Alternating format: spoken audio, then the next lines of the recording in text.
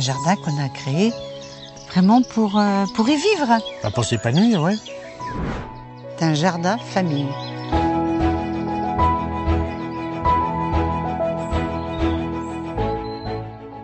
On n'a jamais choisi d'en faire un jardin.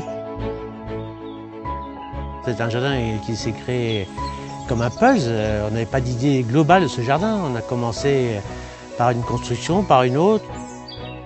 Et puis, crescendo, crescendo, avec les 5 enfants que nous avons eus, on a fait les parcours pour eux.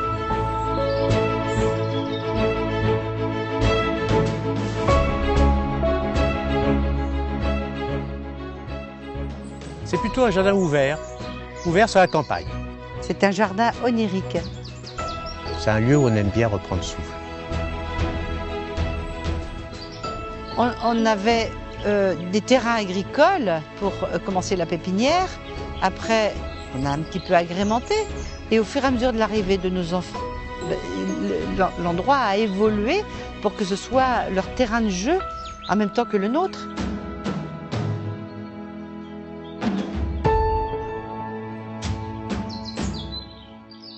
Ces endroits, ils ont été faits souvent sans grands moyens, avec des choses de récupération. Nous, ce qu'on aime essentiellement, c'est leur faire revivre des objets qui étaient destinés à partir à la poubelle, leur donner une deuxième vie, c'est ça qu'on aime.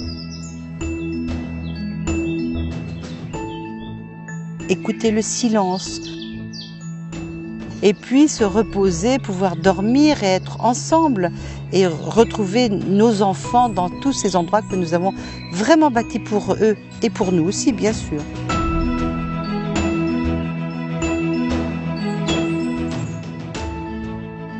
Ce qui est important dans le plaisir de l'humain, c'est de retrouver des traces de l'enfance, des odeurs d'enfance. Et je pense que ce jardin anime bien ces choses profondes-là, des choses simples, des choses qui remontent à la surface. Mon enfance, c'était quand même aussi dans l'extérieur, dans le jardin, les souvenirs d'odeur de mon grand-père dans sa cave qui travaillait le bois, c'est l'odeur d'une cave mouillée, de l'odeur de la mousse, des arbres.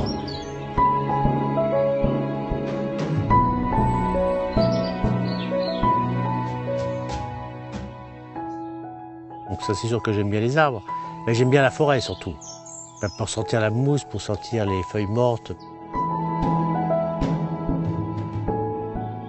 J'ai toujours vécu ici.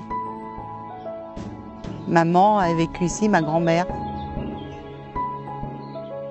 Ma plus grande émotion ici, c'est que je rêve les yeux grands ouverts.